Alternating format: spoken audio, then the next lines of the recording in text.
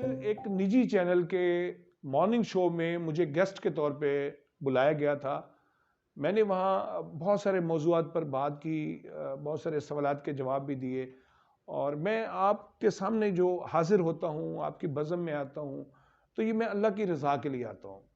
मैं ये चाहता हूँ कि मेरे पास जो विज़डम है, जो हिकमत व बसीरत वो दानिश मैंने सीखी है और जो मेरे एक्सपीरियंसेस हैं वो मैं आपसे शेयर करूं, जो मैंने पढ़ा है वो आपको बताऊं। मैं जो सीख रहा हूं मैं चाहता हूं मेरे व्यूअर्स भी सीख लें।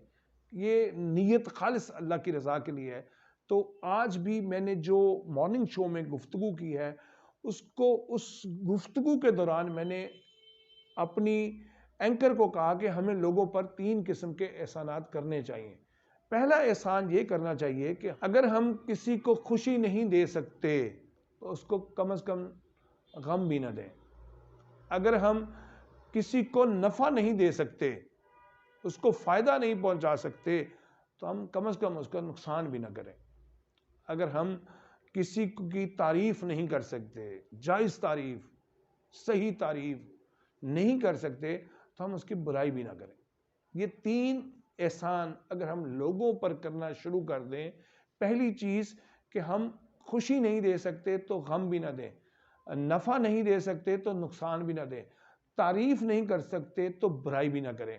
ये 3 एहसानात हम लोगों पर, अपने घर वालों पर, अपने दोस्तों पर, अपने दफ्तर, कारोबार, फैक्ट्री में, अपने कुंबे कबीले में इन 3 एहसानात को फ़रोग़ दें, करना शुरू कर दें तो यकीन करें माशरे में खूबियाँ पैदा होंगी, अच्छाइयाँ पैदा होंगी, लोग एक दूसरे के साथ एहसान करेंगे।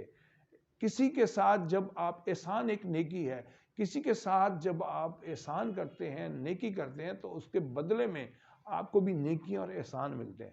किसी के साथ आप अच्छा करते हैं तो अगर वो बुरा भी करे तो रब की तरफ से कायनात आपके साथ अच्छी हो जाती है। एक शख्स के बुरा होने से आप एहसान से इसलिए रुकते हैं कि एक शख्स मुझसे बुरा करता है, मैंने नेकी की, वो मुझसे बुरा करता है, तो आपने गलत उम्मीद बांधी। आप खुशी देते रहें, नफ़ा देते रहें, तारीफ़ करते रहें, देखें आपको रब कितने इनामात, एज़ाज़ात, इकराम, तोहफ़, शाबाशें देता है।